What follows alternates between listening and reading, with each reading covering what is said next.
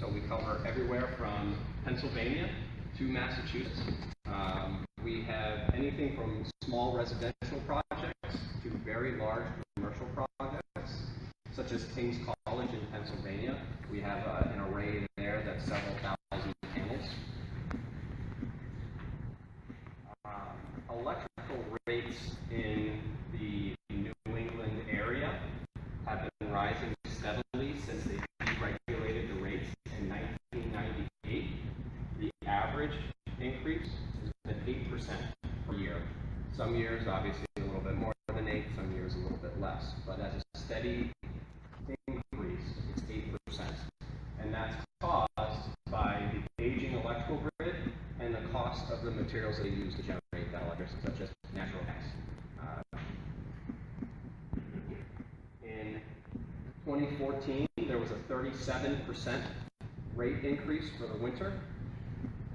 And in 2015, there was a 20% increase.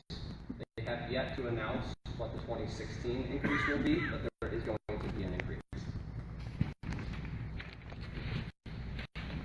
The U.S. average for electrical rate increase is 3.2%, but in the New England area, including Massachusetts, we're at 11.8%.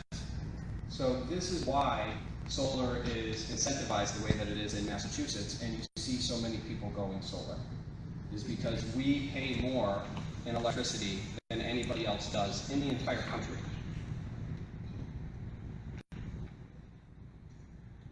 This is an example of how the array would be mounted to the roof.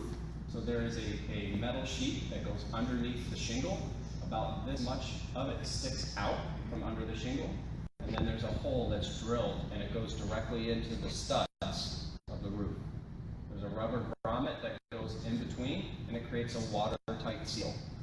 We've been doing solar installs now for well over a decade, and we've never had a single leak. That's why we use this bracket. The bracket is not cheap by any means. We use it because it does not fail. It meets and exceeds all building codes, and it does not void your roof's warranty. Where the bolt goes through, it penetrates the shingle. That shingle will be voided. That warranty will be voided through the manufacturer. We pick up that shingle for the 25 years of the agreement. So if that shingle leaks, we will remove the panels and replace that shingle and reinstall the panels at no cost to you whatsoever. Would you, if there were interior damage, would that be covered? Yeah, if there was like damage to the decking as an example, yeah, when they take it off, they're going to see the extent of what is there. Like ceiling damage or? Yeah, within reason. So if there's a leak there and you wait a year to tell us about it and it's excessive damage, that's one thing. Mm-hmm. But obviously, if the second something appears, we're going to take care of everything. Okay? This slide shows where we're going to put the solar panels. So this roof plane here, which is directly above our heads over here, is where the vast majority of the panels would go. We would be using this area here, which is directly above the walkway that enters into the building. And then we would use this roof plane here, right on the front as you're coming to the parking lot. We did a site survey on the property, and we took special instruments up to all of the roof planes, and we did a test to see what the sun exposure was, as well as the roof's efficiency for solar based on its pitch. And we found that these roof planes are suitable for solar. Utilizing these roof planes, you'd be able to put on enough solar panels to cover 80% of your electrical consumption here at Christ the King.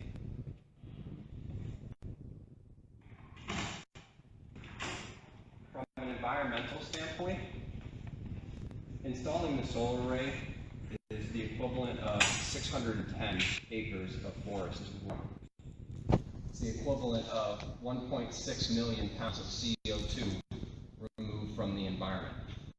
We can take that same statement and we can flip it the other way and say the agreement's 25 years. So 610 divided by 25 is 27 acres of trees. What if, to get electricity here in the building, Christ the King had to cut down 27 acres of trees every year in order to generate the electricity? that something that you'd want to do? No, it isn't. Nobody wants to cut down trees, especially that many trees. Instead, you can put up a solar array and you can eliminate the carbon emissions associated to it, and it's the equivalent of planting 610 acres of trees. So we have a fundamental responsibility to preserve the environment. The burning of fossil fuels is certainly changing, contributing to that environmental change. And Christ the King has an opportunity to reduce its carbon footprint dramatically and be a role model to any of the other organizations that are in the area. So the choice to save money and help the environment is really yours. And that's what I have for the presentation. And I'd like to answer any questions that you may have.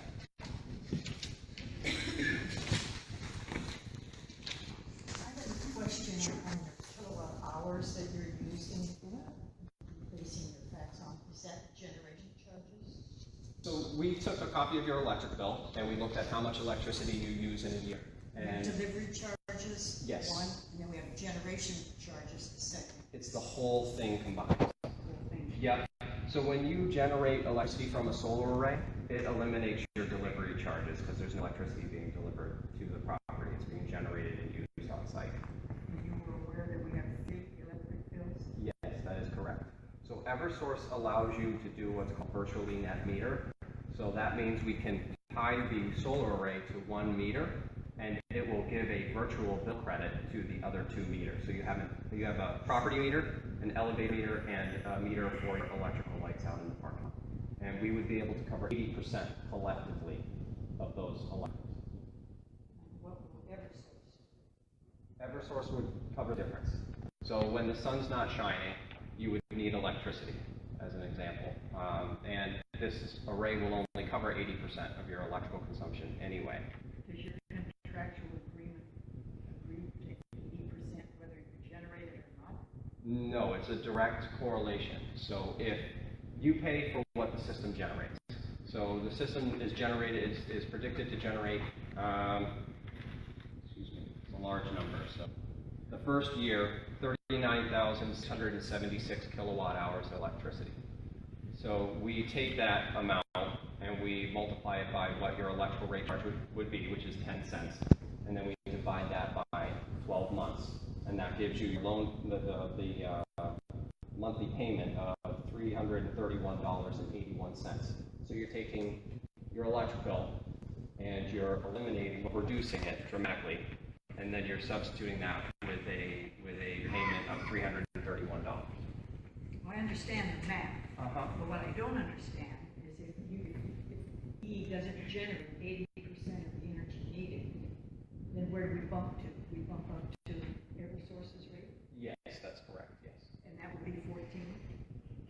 Whatever the collective rate is, which I think it's about 14. Yeah, yes. it's about 14 now, Yeah. and as it increases, it will be greater. Yes.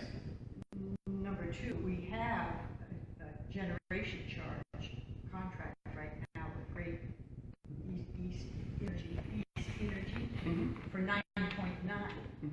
I'd have to do the math on that, and I don't know how you're guaranteeing weather that will generate 8% of the power needed. Absolutely. So what happens is we take that instrument up there and we snap the image and we put in your exact geographical location. It taps into 30 years worth of weather data for this exact location and extrapolates out what the average is. So that 80% marks the average.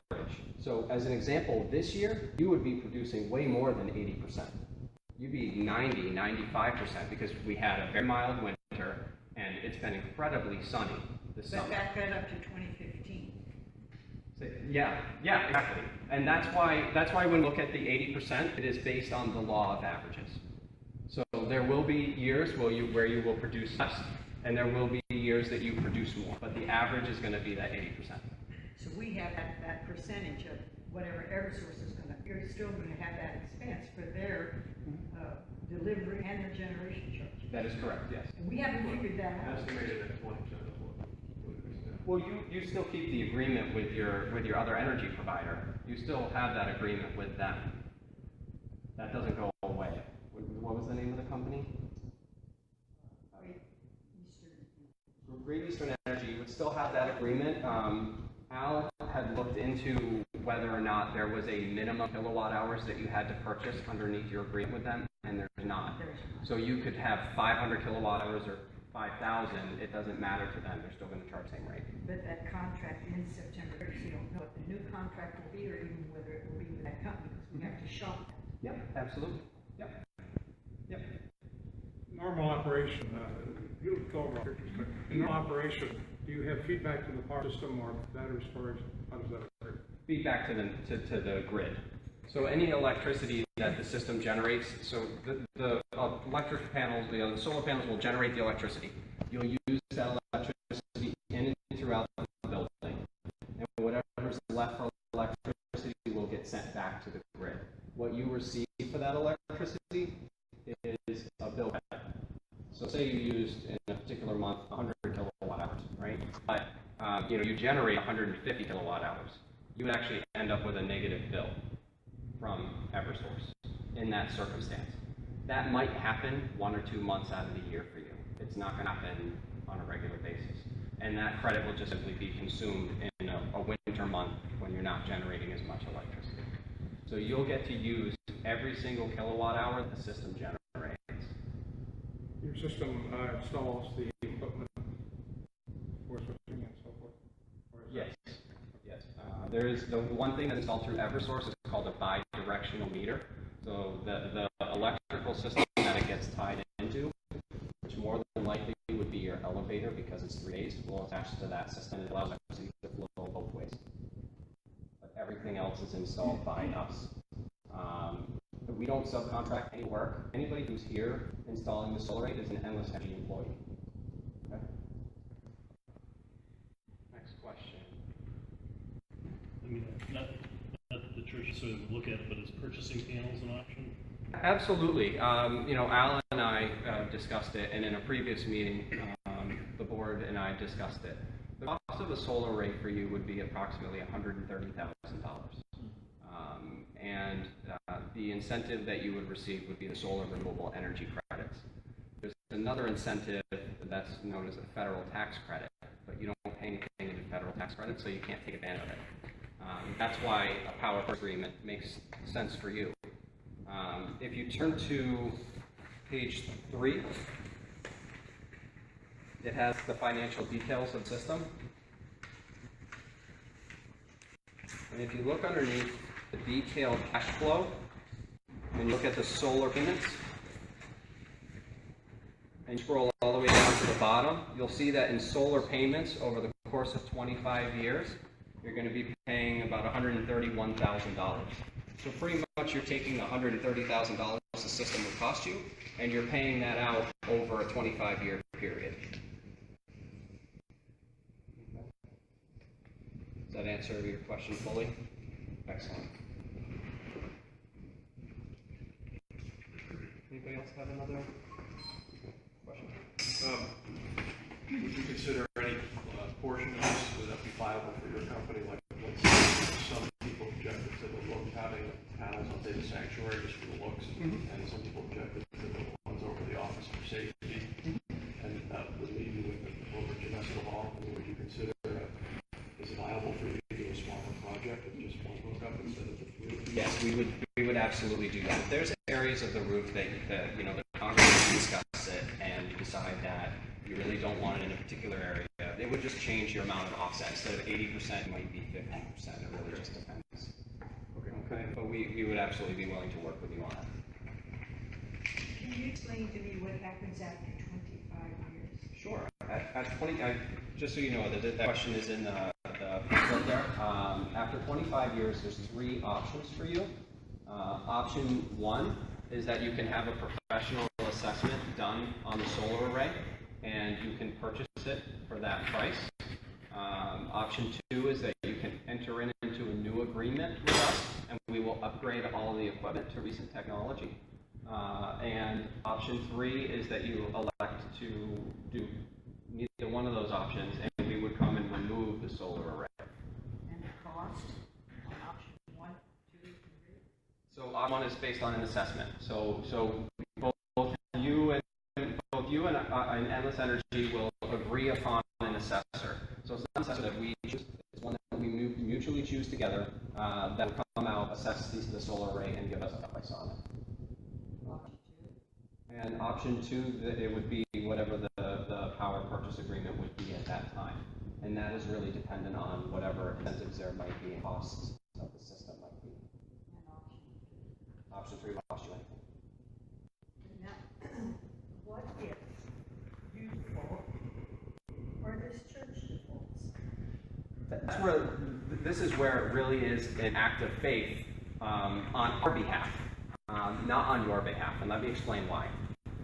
If Endless Energy went out of business, there would be nobody to bill you, so you wouldn't have that $331 bill. So you'd be getting the electricity that it generates for free.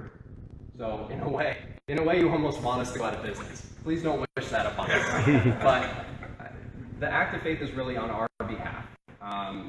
We're one of the very, very few companies that will work with nonprofits and religious institutions, and that's a decision that we made the first of this year, that we wanted to make it available to organizations that help the community. So in the end, if you default on it, then we have the ability to come and remove the solar array. But other than that, there's no other legal obligation there. I was told there was a $100,000 legal obligation. I don't know where you got that information from. There was no legal obligation for $100,000.